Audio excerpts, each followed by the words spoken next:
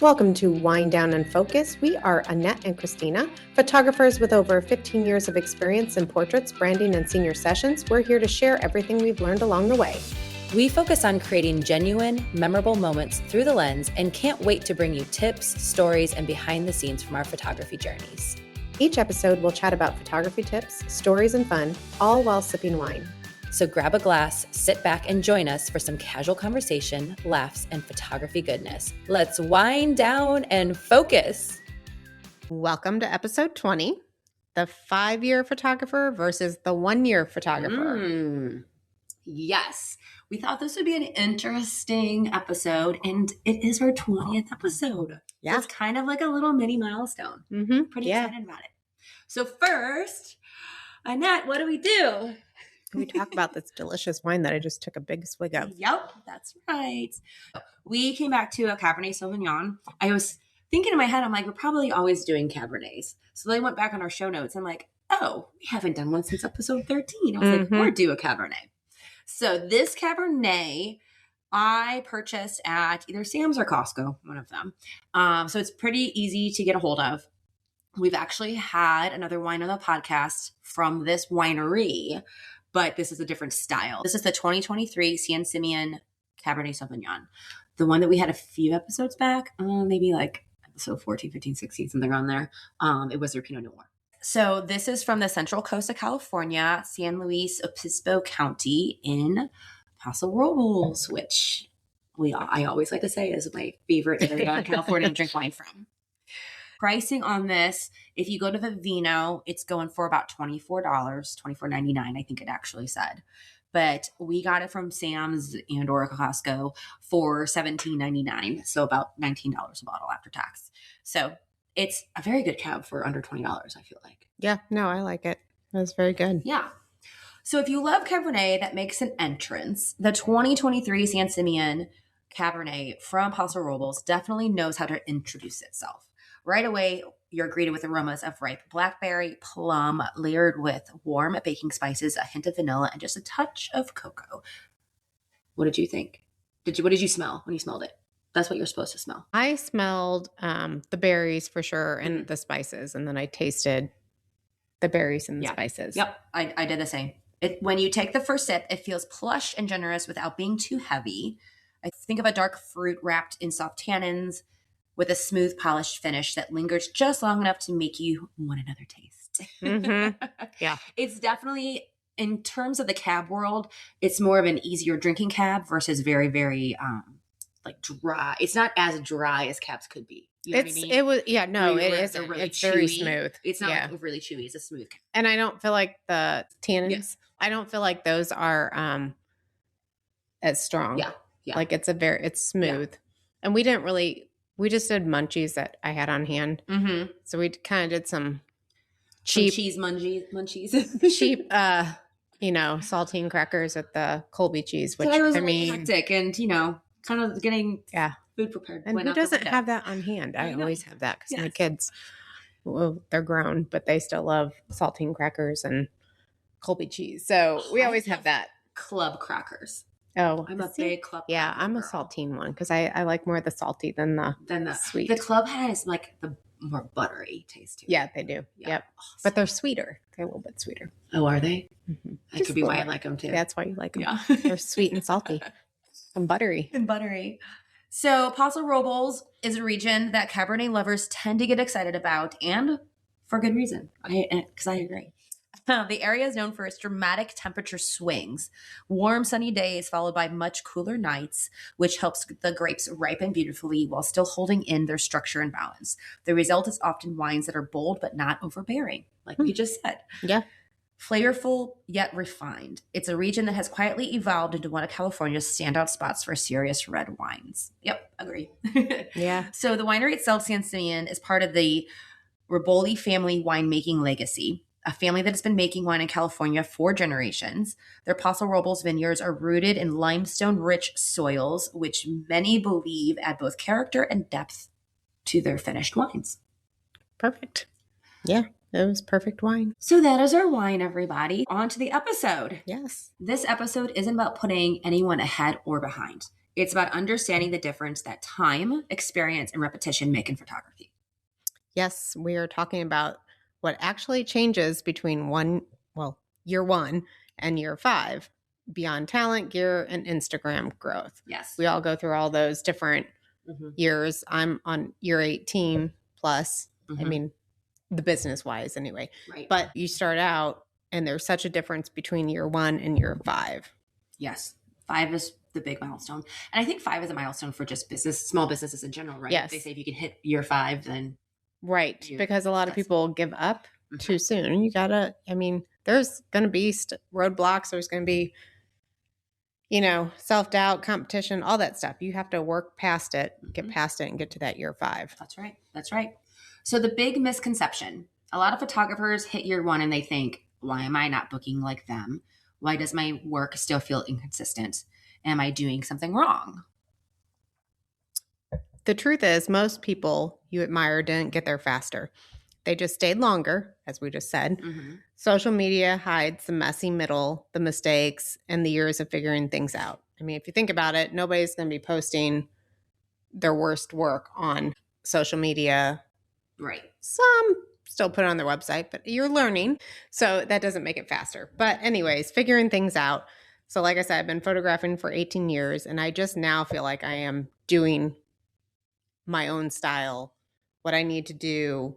But I'm still not where I want to be because I feel like I still evolve and grow. And I think we all do. But I do think in the beginning, you're learning all those new things and you are looking at a whole bunch of different people and you're trying to figure out which style you like. And sometimes you like a combo of all of them. And then you end up with your own style with those combos. Exactly. Yeah. I've been in business for a little bit less than Annette, about 16 years I'm going on. I want to say that I really didn't feel confident about myself for a while. It did take a bit of time before I really felt good in my own skin, I guess to say. I was good at certain things. Like I was always good at talking with people in small talk that you kind of have to have. Right. I feel like I'm good at that. And then since I was good at that, I was able to get good earlier on with getting clients comfortable and stuff like that. And I just found my style a few years into it. It kind of slowly evolved, but my internal confidence still took much longer to develop. And, I feel like that's normal for people. I do, because you're seeing so much out there and you just want to get to that level and you're comparing yourself, and sometimes you're falsely telling yourself, I'm never going to get there. Like, how am I ever going to get there? But then you get there and then you want to strive for the next level. And it's like, I'll never get there. How am I going to get there? You just have to keep pushing it through. Absolutely. Skill versus experience. The 1-year photographer. So we're still learning the camera and settings, the lighting, all those creative stuff that goes along with that. Your style isn't fully formed yet. Like I said, you're kind of looking around, trying to figure out what you like. You might be thinking you have to do one way or the other. Yeah. Keep working on it. Confidence changes shoot to shoot. One time you'll have a great shoot. The next time you're going to have a crappy shoot. Maybe your images, you didn't look on the back of the camera. We've seen that before. And I've seen people post, how do I fix these? So just a little note, always look at your camera. Or like you have it dialed in, but then unbeknownst to you, hit the dial while you were in the middle of shooting. Right. Yeah. And overexposed everything the next section. And you're like, oh, so just check. Look at it enough always to check. Where if that happens, you can be like, let's go and redo that last 2 minutes. Often reacts when something goes wrong. So you're going to be a little bit more sensitive to that type of thing. And takes most jobs to gain experience, whether they're free or, or very low paying. Just kind of getting things under your belt. Yeah. To get that portfolio or just to get experience. That's right. So with a 5-year photographer, your camera and lighting feel more automatic to you. They're kind of second nature to you. You recognize problems before they happen. You have that experience of like, oh, I know what's about to happen and I'm just going to stay ahead of it and fix it before it even can become a problem. You have a clearer style and you have your client's vision. So you've pretty much most of the time, some people still, everyone's on their own timeline. But I would say overall, you're going to have your kind of style figured out by this point in time. And then you're going to shoot more with intention as well, versus just willy-nilly shooting all the time. I used to shoot so many shots at weddings years and years and years ago. Oh yeah, overshooting. That just gives you a headache when you're editing because you have to sift through all of that. You need to take a breath. Don't be click happy. I think I still am somewhat click happy, but that's because I'm always worried I'm going to get a closed eye. So my goal is like 3 images and then I switch. And shoot it on the lower end of that happy medium. Mm-hmm. Yeah. And then also the 5-year photographer knows what jobs to say yes and no to. Experience just doesn't improve your skills. It reduces your stress and your second guessing. Mm-hmm. Yeah. So like we were talking about my first year, I took on everything, whether it was free or super cheap. I remember doing a family session in my family room. Oh, it was god awful with like, and it was free. So it wasn't even in their family room. No, it was in mine, like in my little dining room area. I just put up this like sheet. Okay. Oh, I like this story already. Oh, it was terrible. The lighting was terrible. Like I had no lighting. An example photo. If I can find it. I probably deleted it because it was so terrible. Now, guys, it's fun to talk about. And it's not, you don't feel like, oh my God, I'm a horrible photographer. It's like, we all did it and we all worked through it and figured it out and learned. Yes. I mean, it was very embarrassing. I would never show that to anybody, but that was my first experience with that, doing like a family indoor. And of course, I didn't do lighting at that point. I think I had a flash, but I didn't know how to use it. So it was either very flashy or it was really dark. Really harsh, or you had like really hard shadows probably. Yeah, it was just not good. So by year 5, I started to feel more confident because I had learned a lot in those 5 years. And that's what you do. You learn and you grow from that and you fix your mistakes. I had a lot of learning to do. And I still, like every day, I still have stuff to learn about because I will sit down here as we're down in my little studio area. I will sit there and try to figure out a lighting scenario. And I have to sit there and keep playing around until I figure it out. And I will make several mistakes till I get it right when it's something I really want to figure out. Yep. Yeah, for sure. You're good at that. Having that 5-year and beyond experience makes yours and their experience so much smoother. Mm-hmm. When it comes to lighting, you can already see ahead of time during the session where to and not to take them for getting that good, like natural light. If you're just doing a standard session, you're at a park, you're just natural lighting it, you kind of already have it in your brain. Okay, I know I'm not taking them there, but I am taking them there. Mm-hmm. And if they ask you to take them there, then you say like, well, the light's not really good right there. I can go there if you really want it, but I can't promise how it's going to turn out. Can we talk about with that, like how we learn, and maybe not even at year 5, because I think I still did a few, and I'm sure you did, but like background, choosing your background and making sure a tree's not coming out of a head or stuff like that. Like, or it's overexposed. Like, I feel like that's part of that lighting. Absolutely. And a lot of times, like if they say, can we go over there? And you're like, well, the lighting's not good. A lot of times they'll just be like, oh, okay, I trust you. Right. And then you don't have to go over there. And that's like you book somebody and they're like, I want this spot and this is what I want. And you don't know till you show up. Like back then you would never ask. Right. Well, what way is the sun facing? Now we know to ask what way is the sun facing, and you need to think about these type of things. And okay, no, we can't put you that way because the back's going to be blown out.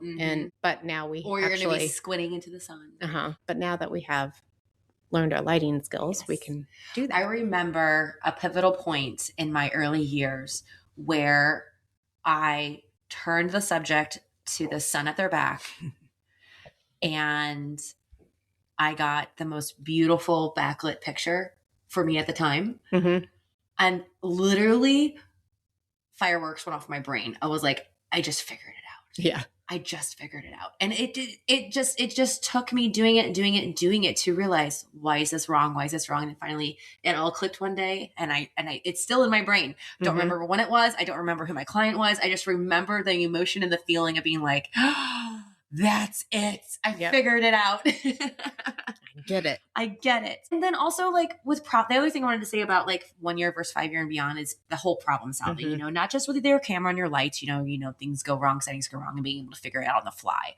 Things that just arise during the session. Kids will get a bruise the day before and the mom's like, oh my God, I'm so sorry. And, you just have to be like, it's okay. It's fine. There's Photoshop's for, and just knowing to calm them down and stuff like that. Or wedding days never go as planned, and you have to be prepared for something to go wrong and be able to solve it on the spot and help out and make sure everything goes right. Everything goes good. And with that, talking about the Photoshop, because I did want to bring that up, and I didn't make up my notes, but I did want to talk about that. So for beginners, you have it really easy with, the AI stuff that is It's not always perfect, but it really helps you and has saved a lot of editing time from when we used to have to do it. But I still do think there's a time to learn manually how to do stuff with Clone Stamp or whatever, because it's not perfect, and you're going to have a client that wants something, and AI is not going to be able to fix it, and you're going to want to learn how to fix it for them. How we used to do it back in the day. Right. So I agree wholeheartedly on that comment, because you need to realize how hard it is to do something. That is not easy to do sometimes. Mm-mm. You can sometimes clone something super easy, and sometimes you can't. Like, I had a pet session before coming to record this, and the one pet was super, super scared, but was comfortable with mom's hand on it. So I told her, it's fine. I can edit your hand out. Let's just keep your hand there. But put it in this position so that I know that you're not like changing the shape of the dog's body. You know what I mean? Right. But anyways, I know AI is going to take that out for me. But back in the day, you had to that might take me a lot of extra time. Clone stamping layers. Yes. Another thing is, so I know a lot of people just will stick to Lightroom, and they do have a lot of stuff now in Lightroom. Back when I started, Lightroom was more of just your coloring, but you got to learn Photoshop layers, because if you have a client that wants more advanced stuff done and you want to be able to offer that to them, you need to know how to do it. And AI is not always going to be there to help with certain things. So you do need, I would say, really learn how to do layers in Photoshop, and learn the tools like your clone stamp and your healing brush and stuff, and just learn those, because those are going to be game changers for you if you can learn those for when AI, what if the internet goes down and you have something to do and you got to get this done? If you don't know how to do it old school, I don't know how you're going to get done. Absolutely. And I think it gives you a little bit more respect for the process too. If you know how to do it by hand yourself, because you could say AI is not doing it right and you don't know how to do it. You can find a company online to do it for you. You'll have to pay a little bit to get it done. And still wait. But at the end of the day, if you can figure out and learn how to do it yourself, you're going to have much more respect for the process. And that's just so much more beneficial in the long run. Well, it makes you more confident too. You know what you're doing. You know how to edit. Sometimes photographers want to just take it, which is totally fine if this is you, be the lifestyle, natural, whatever, and take it in the moment and not fix anything, and that's fine. If that's you, then don't worry about it. But if you're wanting to grow and you have a client that wants something particular, you need to know how to address that. And that's learning how to do that. And that's all part of the process. It's not going to happen your first 1 or 2 years, but if you apply yourself and know what to do, you will get there and you'll be able to do that. And it will make you feel much more confident. Absolutely. Yep. Awesome. Okay. So mindset differences. So in year 1, everything feels urgent. Trends feel important. Feedback feels personal. Every inquiry feels like it has to be a yes. But by year 5, decisions are calmer, a little bit more strategic. Trends matter less than consistency. Confidence comes from repetition, not validation. And mistakes feel like data, not failure. And like trends come and go. Once you start, we have said this so many times in this podcast. Right. Yeah. Once you find your style, just stay with it. I feel like clients want something that they can put on their wall that's going to last. It's years and years, and it's going to be time kept. You might be able to look at the clothes and be like, oh my gosh, or maybe the lighting's a tad bit different, but it's still going to be a really good photo. It's not going to be like when we first started out. It was overexposed, very contrasty. Your whites were fully blown out. And I look at those and I'm like, oh my gosh, I would never put that on my wall. But you still had people that were old school. They were like, I'm sticking to the rules, and those photos can still be on the wall. So we got stuck in that trend. Yeah. Crooked pictures. And I still see a few photographers that like to do crooked pictures, but 2006 weddings. But you're going to have the imposter syndrome no matter what stage you're in. So you just have to, get past that and realize you're you.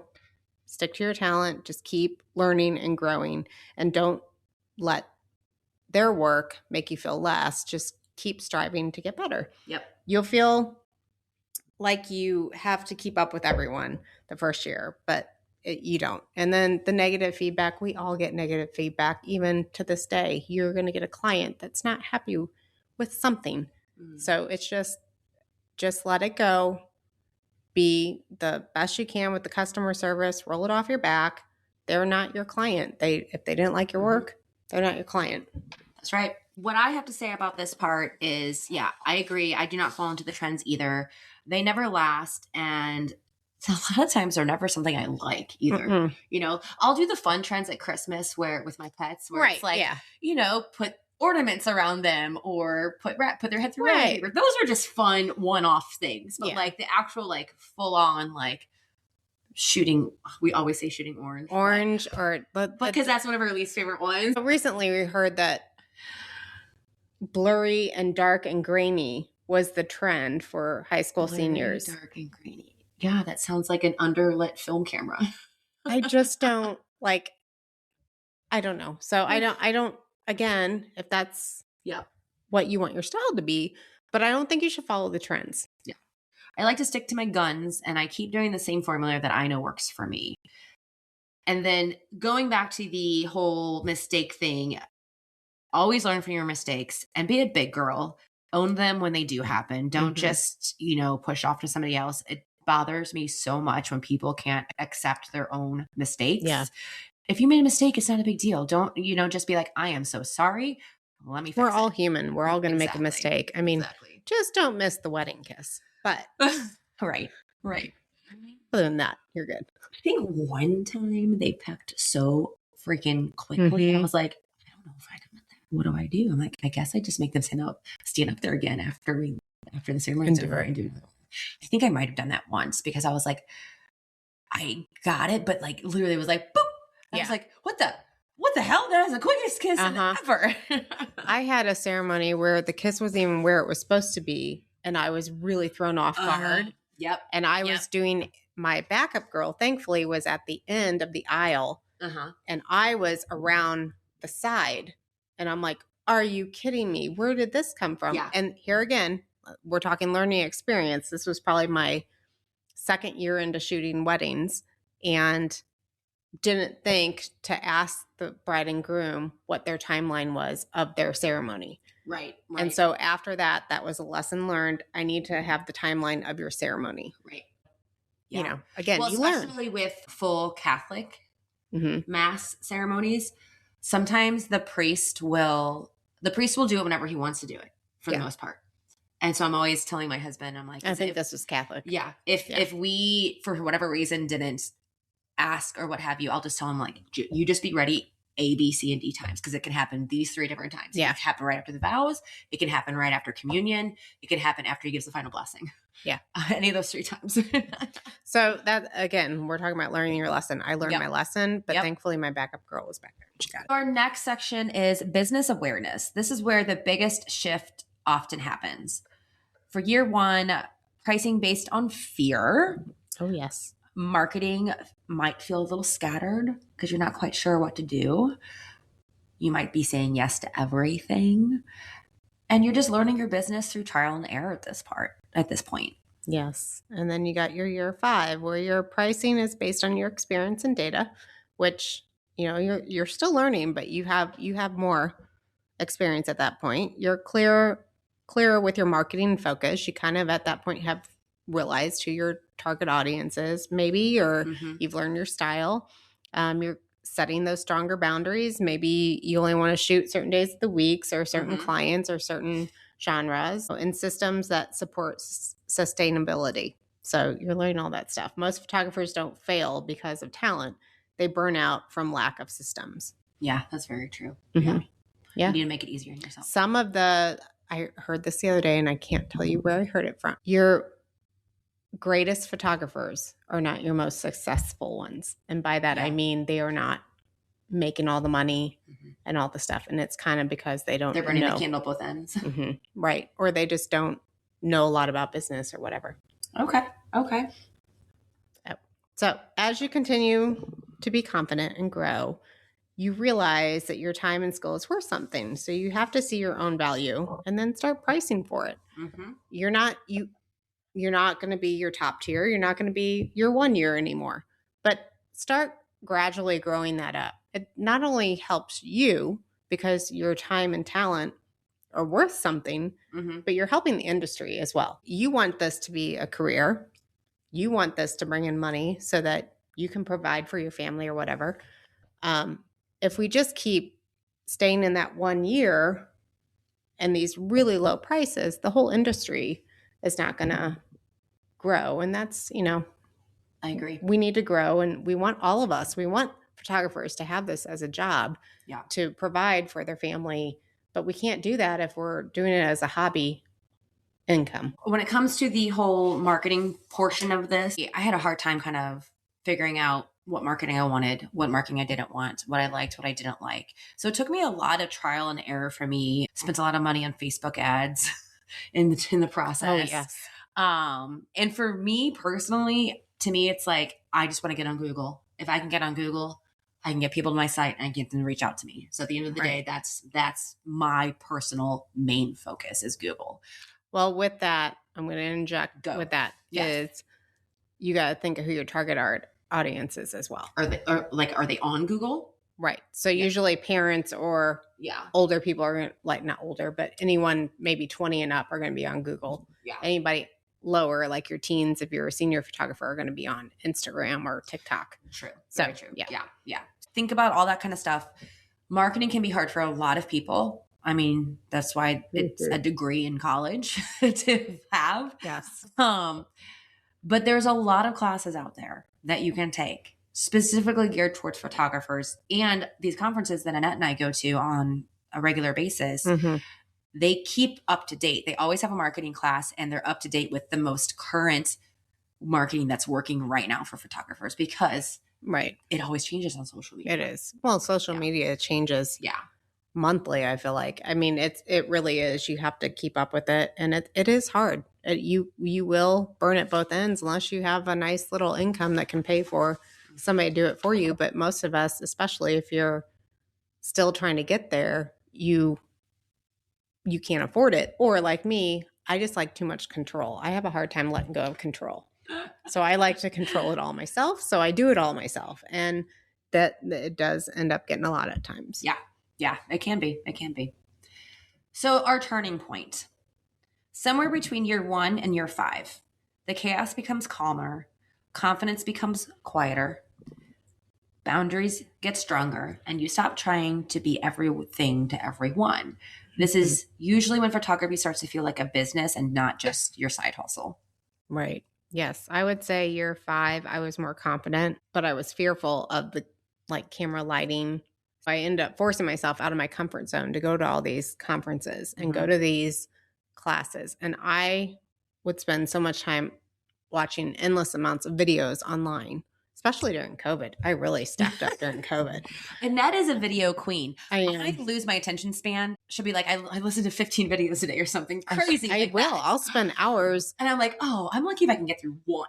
If I want to tackle something, I am going to research it, and I am going to get on all the YouTube videos, watch several of those. I'm going to get on Creative Live, Kelby One, any of that. I am just going to try to tackle it and figure it out because it bugs me and I want to know how to do it.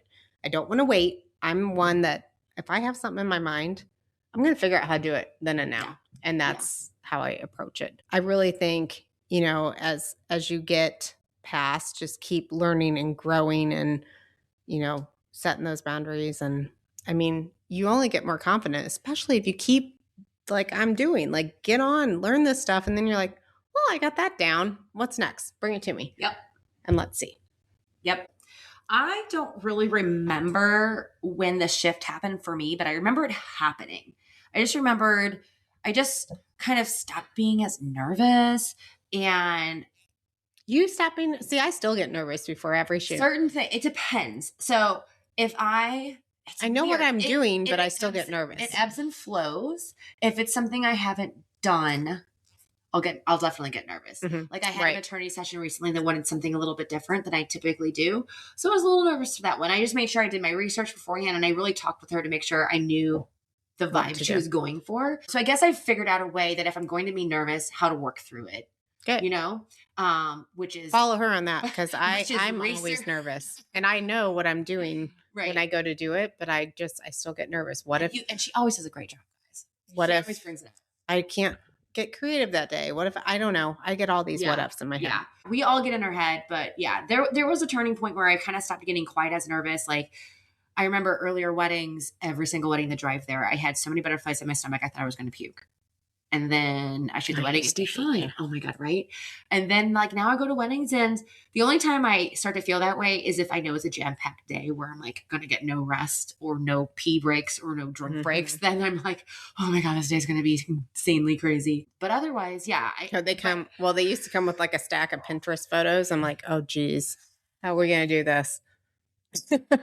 Yeah. So I remember the change happening and I feel like when it happens for you, you're just gonna be like, oh my God, it happened. Like I was saying earlier when I had that one photograph and I was like, oh, it all just clicked. Now I know how to photograph light somebody with the sun. So funny. So encouragement for newer photographers. If you're early in your journey, you're not behind. Confusion is part of the growth and consistency matters more than speed. So everyone you admire was once exactly where you are today, which like I'm saying, that's where we were. We're telling you some of our stories. You learn from your mistakes. You learn to grow. You will get there, but you have to get through all this to find your own unique style, confidence, and really what you are passionate about photographing. That changes. So I've gone through several different areas where, and I think it also changes again with your kids as well. If you have kids like I started out doing everything. Yeah. Realized I didn't want to do weddings. Then I started doing my kids and families. And then my kids started getting older. I started doing really a lot of seniors. Realized I loved them. Yeah. And I still love them. They're my As your life has changed, your photography has changed. Yes. So you start to learn. You go through these changes and then you really see what really sparks you. So seniors are my number one cup of tea. I love to do the headshot and branding because it's the same. You're kind of telling a story. You're telling a story with seniors. You're telling a story with headshots and branding. And both only have one person in them. Right. And so it's a little easier. But I did recently just get back into, which I used to do it casually years ago, but I decided to start photographing food again. She's telling everybody. Yes. I've known this, but I've been working my ass off on that. You have been working your ass off. So She's been doing all her research, guys. I've been watching lots of videos, even though I have the general, I know how to work my camera. I know all the rules.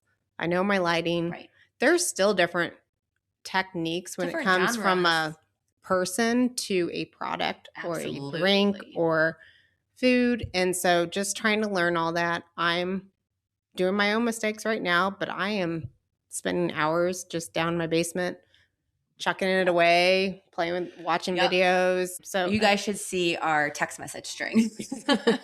Yes, I'm always sending stuff to her to see. What do you think about this? What about this background? What about that background? And I'm like, man. And then she cooks food and she photographs it. And I'm like, who ate that? And I threw it away. She's like, I threw it away. It was cold by the time it was done. I'm like, I would have eaten it cold. That looks so good. I think there's still a chicken breast from last week. You made something that Chris was like. The egg, avocado toast with the egg. Yeah. Yeah. It was cold. Who ate that? And Chris told me, he's like, I would have eaten it cold. Yeah. It was cold. Threw it away. So the whole point was you learn. Yes. Sorry, back to it. Yeah. You learn what you love and that can change. So don't feel like if it changes, don't worry. I think when you're shooting what you love, you're going to be happier. You're going to grow the knowledge better and pivot if you need to. Yeah. Or if you want to. Yeah. When you're only a year into photography, it's easy to feel like everybody else above you has it. By above you, I mean like been doing it longer. That everybody else has it figured out. But we don't. We're like we've been saying, we're still figuring it out. We just have more experience figuring out. Right. Year one is barely the beginning. You're still building your eye, your instincts, and your confidence. And that only comes with time behind the camera. Like you just have to put in the hours. You have to practice. Yes. Give yourself permission to experiment, make your mistakes, create work that teaches you something, and then will probably impress other people, you know? Photographers who last aren't the ones who were instantly perfect.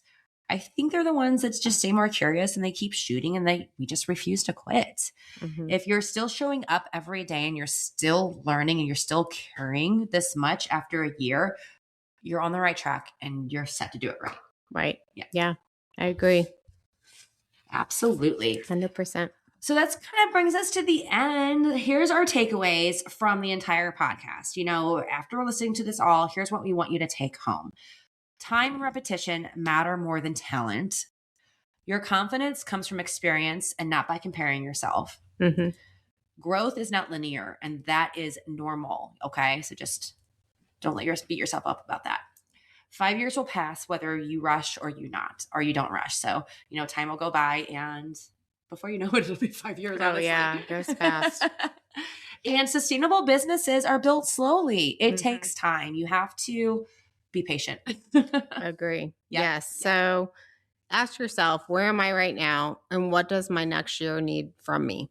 You don't need to skip steps. You just need to keep showing up. Keep showing up. That's Like I right. said, get down there and practice. If you have a studio basement Mhm. in your living room, I don't care. Practice. Yep. You know, you can't go out and do stuff without practicing. Yep. You can't have your camera down half the time and go do a shoot.